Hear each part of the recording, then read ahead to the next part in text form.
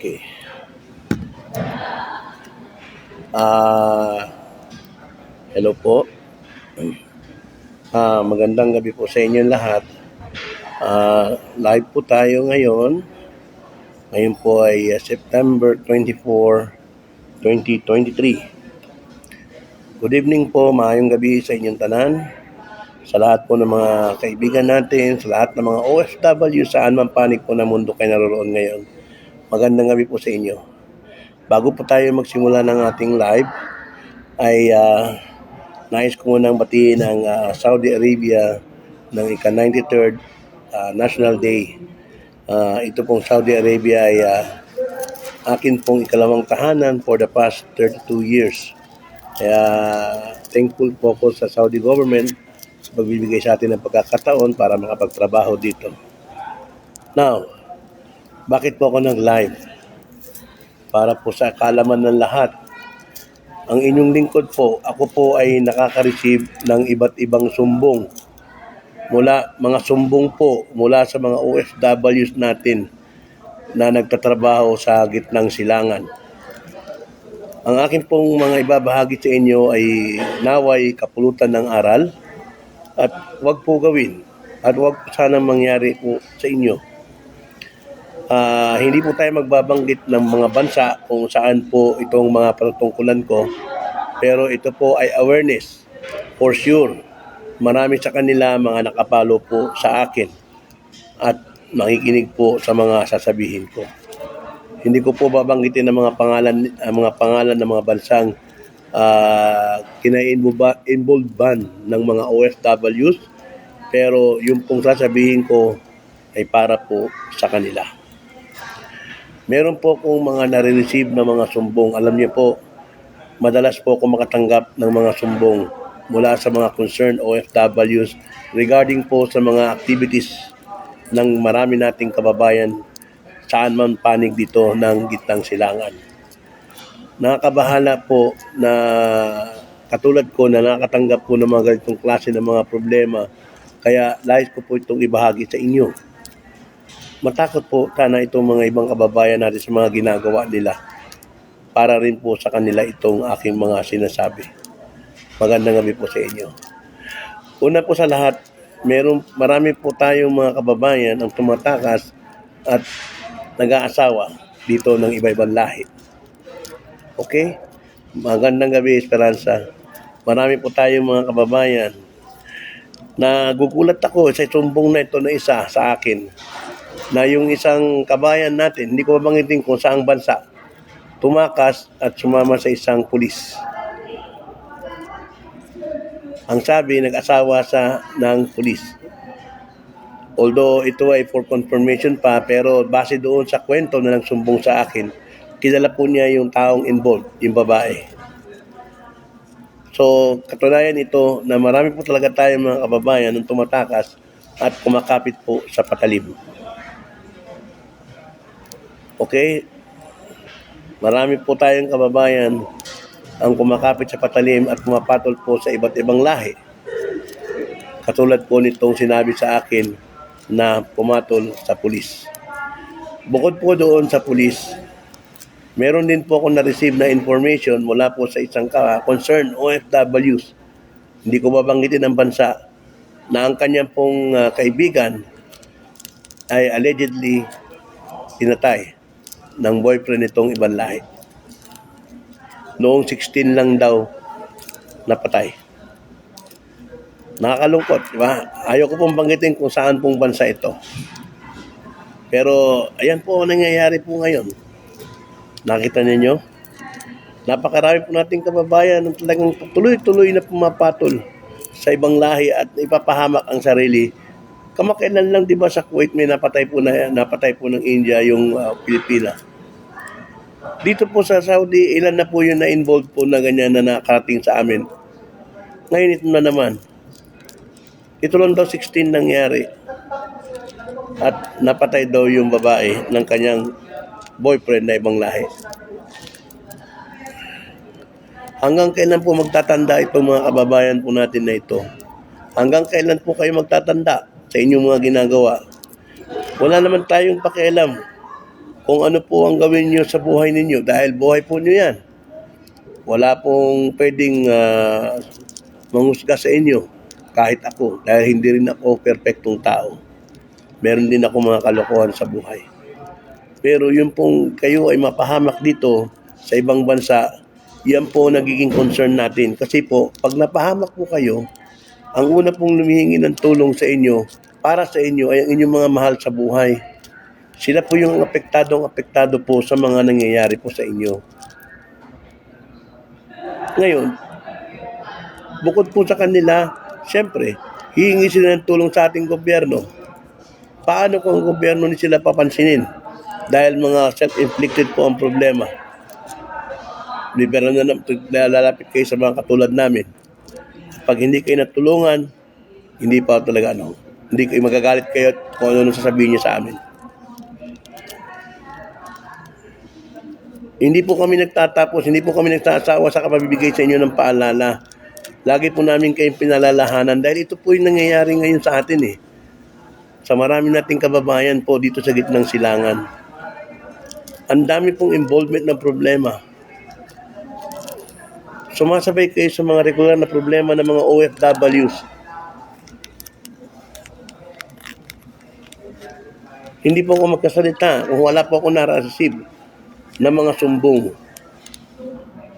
Marami pong concern OFW na susumbong sa akin. Katulad po yung nakaraan po na nagpadala pa sa akin ng video na iskandal na mag-amo nagtatalik. Hindi ko babanggitin kung saang bansa yun.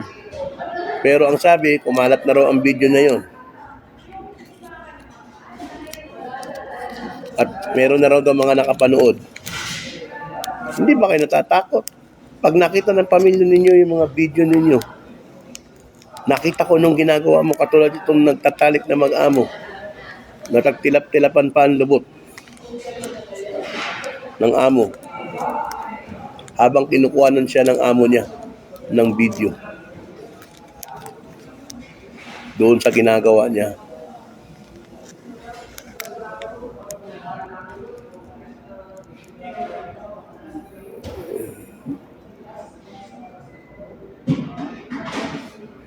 Ayan, yan, yung kay Marma Manao. Yes po, yan yung sinasabi ko sa inyo.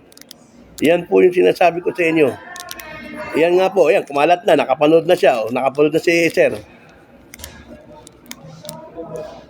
Yes, yan po yung Mr. Mar. Ayan na, napanood na.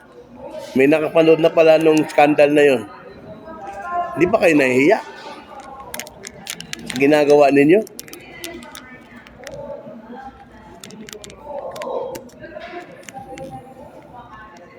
Hindi kayo nahiya sa ginagawa ninyo. Buhay niyo yan. Kung gusto niyo magtilap-tilap, wala problema. Buhay niyo yan. Pero wag naman sana kayong pumayag magpa-video. Ayan. Kumakalat ngayon yung video na yan. Kahit hindi ba kaya sa inyo yan? Makita ka ng anak mo na ginagawa mo yan?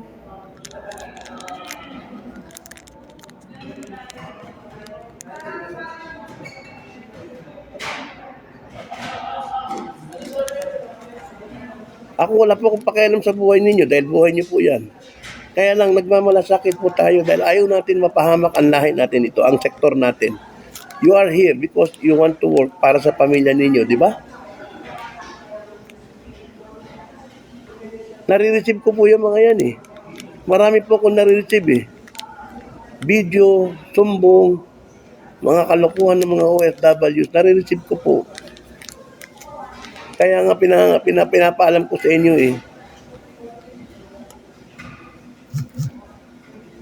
Naintindihan po ninyo yung mga sinasabi ko.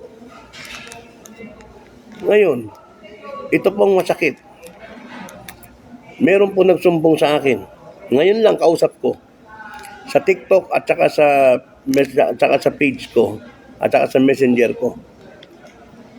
Hindi ko babanggitin ng bansa. Meron po tayong mga kababayan, mga kapwa OFW, mga gay, mga bading po, bakla. Sila po ay nag-i-involve sa mga illegal po na mga aktibidades dito. Karamihan, halos lahat daw po sila ay mga tumakas na sa kanilang mga employers at gumagawa po ng mga kababalaghan dito. Extra service. para kumita. Hindi ko pa babanggitin ang bansa kung nasaan po sila. Pero for sure, pag napanood nyo ito mga sir, mga inday, sana naman magbago na kayo ng inyong ginagawa. Huwag nyo ang sabi sa akin, pag sinasabi na malaman ng embassy tsaka ng consulate, wala sabihin nyo, wala kayong pakialam. Pero pag kayo nahuli, sila ang hihingan nyo ng tulong. Naintindihan niyo po ba yon?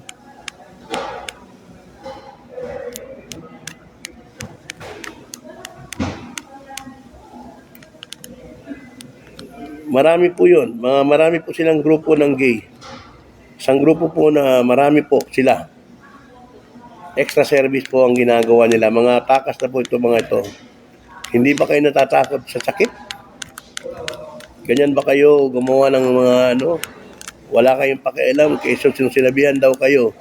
Mga kayo sa embassy natin, sasabihin nyo wala kayong pakialam sa kanila. Sa embassy, tsaka sa consulate, or kahit sa DMW. Pag nahuli kayo, sila rin ang tutulong sa inyo.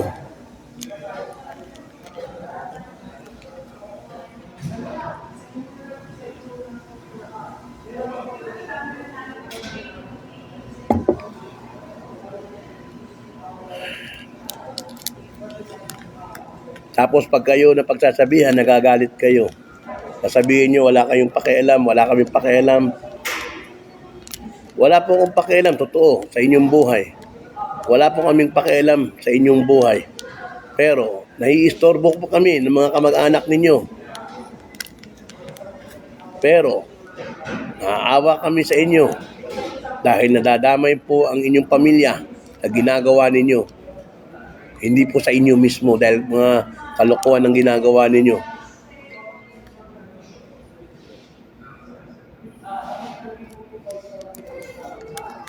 Hindi kayo nahihiya sa ginagawa ninyo, hindi kayo natatakot. Hindi kayo napagsasabihan ng ating gobyerno dahil sasabihin nyo sa gobyerno, ganito, ganyan. Ako po hindi ako taga-gobyerno, kaya ko magsalita sa inyo.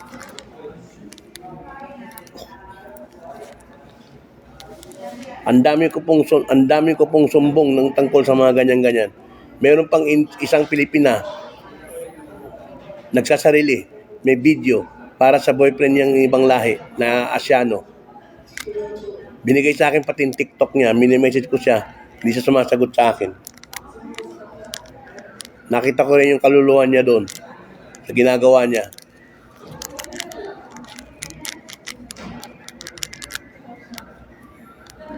Mga hadlok na mo, oy. Gusto. Anong ginagawa niyo sa sarili ninyo? Hindi kayo naaawa.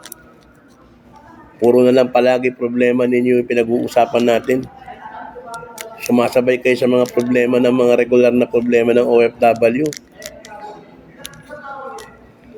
Yung pong mga grupo po ng mga gay na gumagawa po ng kabulastugan, huwag po niyong hintayin na kayo ay mahuli sa ginagawa ninyo. Dahil prostitution po yan.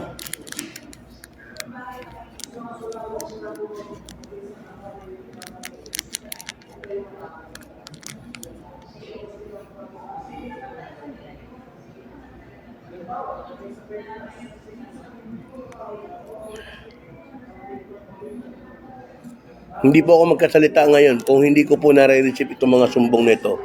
Wala pong kapahingahan. Ang akin pong mga inboxes, tumatanggap ng mga sumbong. Personal man o buhay OFW, nare-receive ko po lahat ng mga yan. Kaya ibinabahagi ko sa inyo without naming the people involved. Hindi po kailangan sabihin ang pangalan nila.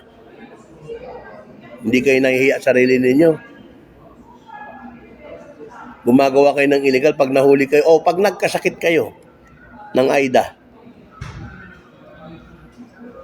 Yung grupo ito ng mga gay na gumagawa ng kabulastugan, sinumbong po sa akin, pinakita po sa akin yung mga pictures. Mga damit babae kayo. Nagtitiktok pa kayo, pinakikita niyo yung sarili niyo doon na damit babae kayo. Hindi kayo nahiya.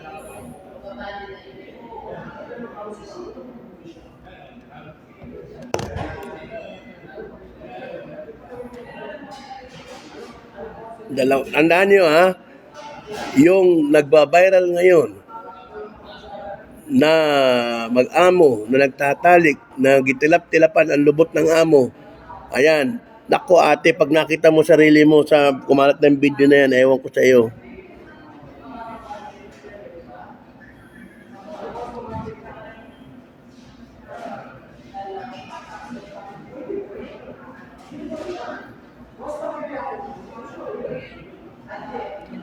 Hindi po ako magsasalita dito kung hindi po ako after na mapabuti po ang kalagayan natin dito mga OFW. Everybody, lahat po tayo, kung gusto natin gumawa ng kalokohan, go on with our life. Buhay natin to eh. Sabi nga ng iba, enjoy to the fullest. Pero po kayo gagawa ng bagay na kauhuli kayo at mapapahamak kayo. Kasi hindi rin naman kayo mapipigilan sa ginagawa natin, di ba? Walang makakapigil sa atin, sige, bahala tayo. Pero, mag-ingat. Pag nahuli, wag po ano.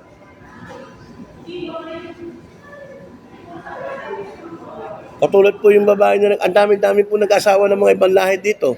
Nagagalit kayo, yung mga sa TikTok. Ang kakapal na mukha. Tapos pag ito, yun mo yung nangyari nung isang araw na nakausap ko. Na nakilala niya sa TikTok, pinapasok ba naman sa bahay ng amo? Kung di ba naman tala-tala. O ngayon, binablockmail siya ngayon dahil nga nag-lollipop siya doon sa lalaki. Nakuhaan siya ng video.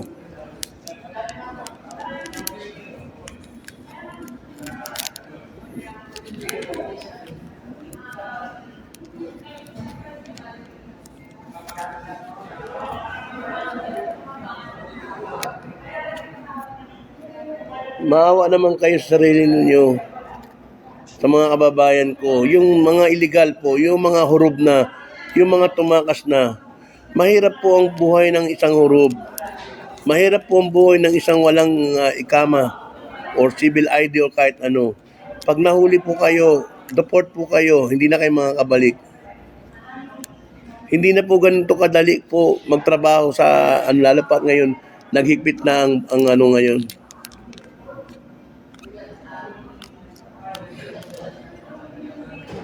Maawa kayo sa mga anak ninyo. Huwag niyong hayaang makitaan kayo sa video na yun, Agus ko.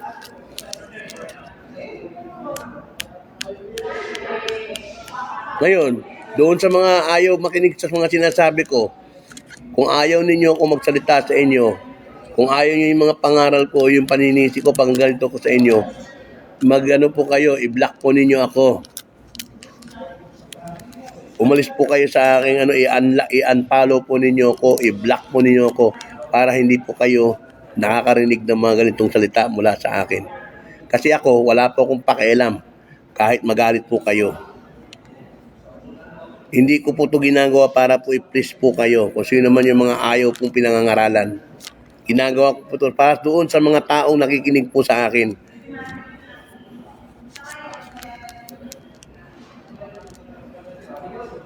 Gagawa-gawa kayo ng kalokohan tapos ngayon pagka nahuli kayo, iyak-iyak kayo katulad nung nangyari dun sa babae na nakilala niya sa TikTok yung ibang lahi, naging boyfriend niya, nag-request pumunta sa bahay ng amo, pinagbigyan, ulak ng ripaklong. Pumunta sa bahay ng amo, pagdating sa bahay ng amo, nag-ana-ana, binidyohan pa siya, ayun, ginagamit sa kanya yung ano.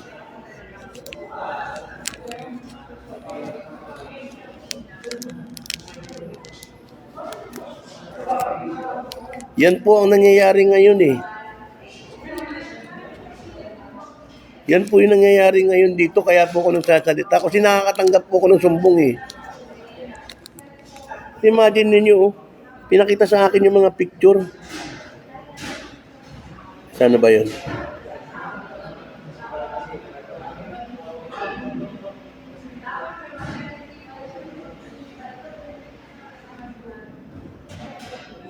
Hindi na kayo natatakot. Ayan oh. Ayan oh. Oh. Hindi ko na pa makita yan. Kasi baka makita yung mga muka. Mga lalaki, damit ayos babae. Nagbebenta ng laman. Hindi kayo matakot magkasakit.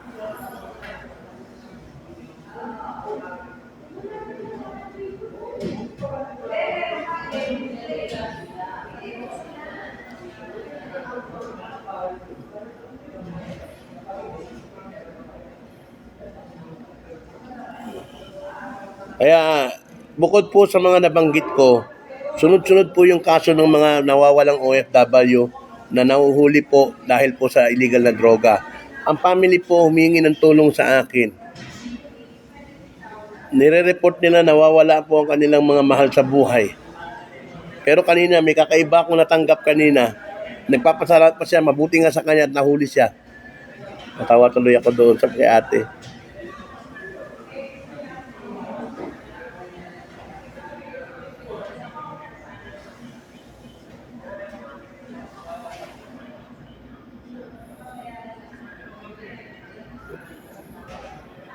O ito, kausap ko ngayon, nagkasya sa akin. Ibinalik ng amo dahil may tattoo. Tapos nakita ko yung tattoo niya, ang dami niyang guhit-guhit. Parang nag-adik-adik siguro to si ate. Ay.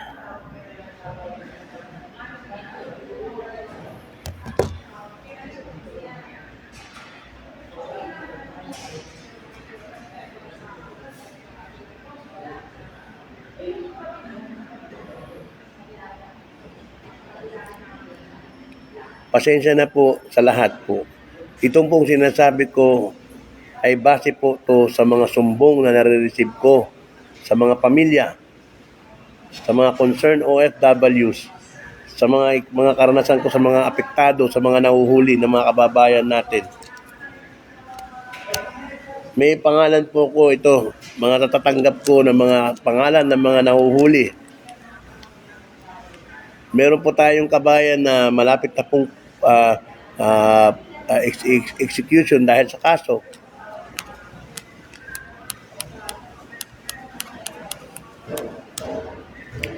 Ngayon, doon po sa mga nahingi ng tulong, lagi ko po sinasabi po sa inyo, empower po ninyo ang sarili ninyo. Meron po tayong hotline ng OWA. Napanood nyo naman siguro noong sa Tulpo, si Senator Tulpo nakausap si Arnel Ignacio, tinanong ko yung hotline na gumagana, nakita po gumagana yung hotline. Tumawag po muna kayo doon kasi hindi po lahat ng oras nababasa ko po yung inyong messages. 021348 po ang number ng OWA hotline. Tumawag po kayo doon. 021348. Pakisulat po ninyo yung mga welfare team natin. 021348 po, hotline po ng OWA yan. Karapatan po ninyo mag-file ng complaint kung alam ninyong violated po ang inyong rights. Okay? At pag nagtumawag po kayo, sabihin nyo agad po yung eksaktong problema. Kasi ang nagiging problema ko po sa mga nagme-message sa akin, mangungumusta, tapos pa isa-isa ang tanong. Pag alam nyo na violate po kayo, tumawag po kayo doon. 021348 po ang number. Tumawag po kayo doon. Okay?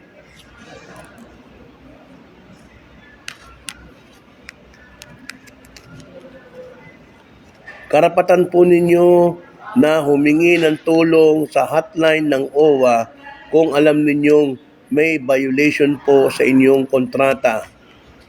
Katulad kanina kausap ko, humingi ng tulong sa akin bago pa lang siya pero hindi niya in-expect na ang trabaho niya rito ay parang caregiver, nag-aalaga siya ng bedridden.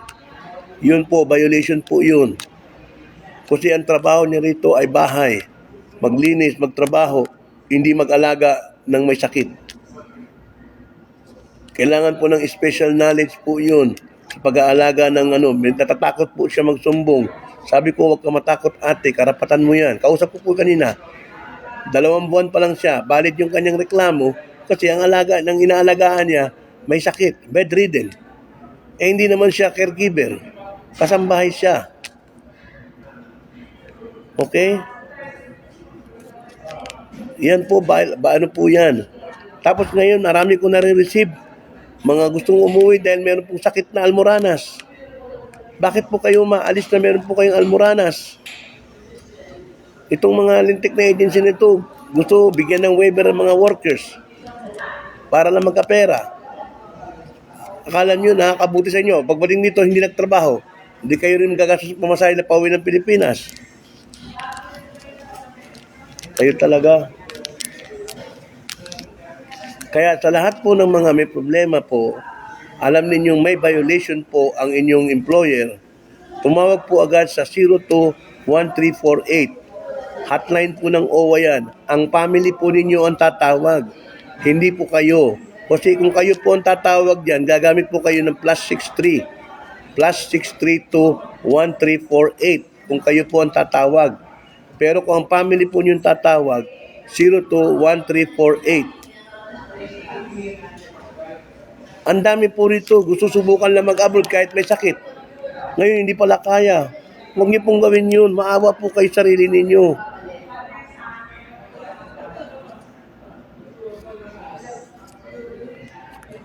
Okay? Please, ha? Uulitin ko, kung ang family po ninyo ang tatawag sa Pilipinas, ang hotline po ng OWA ay 02-1348. Kung kayo po ang tatawag, gagamit po kayo ng +63. +63 to 1348. Okay?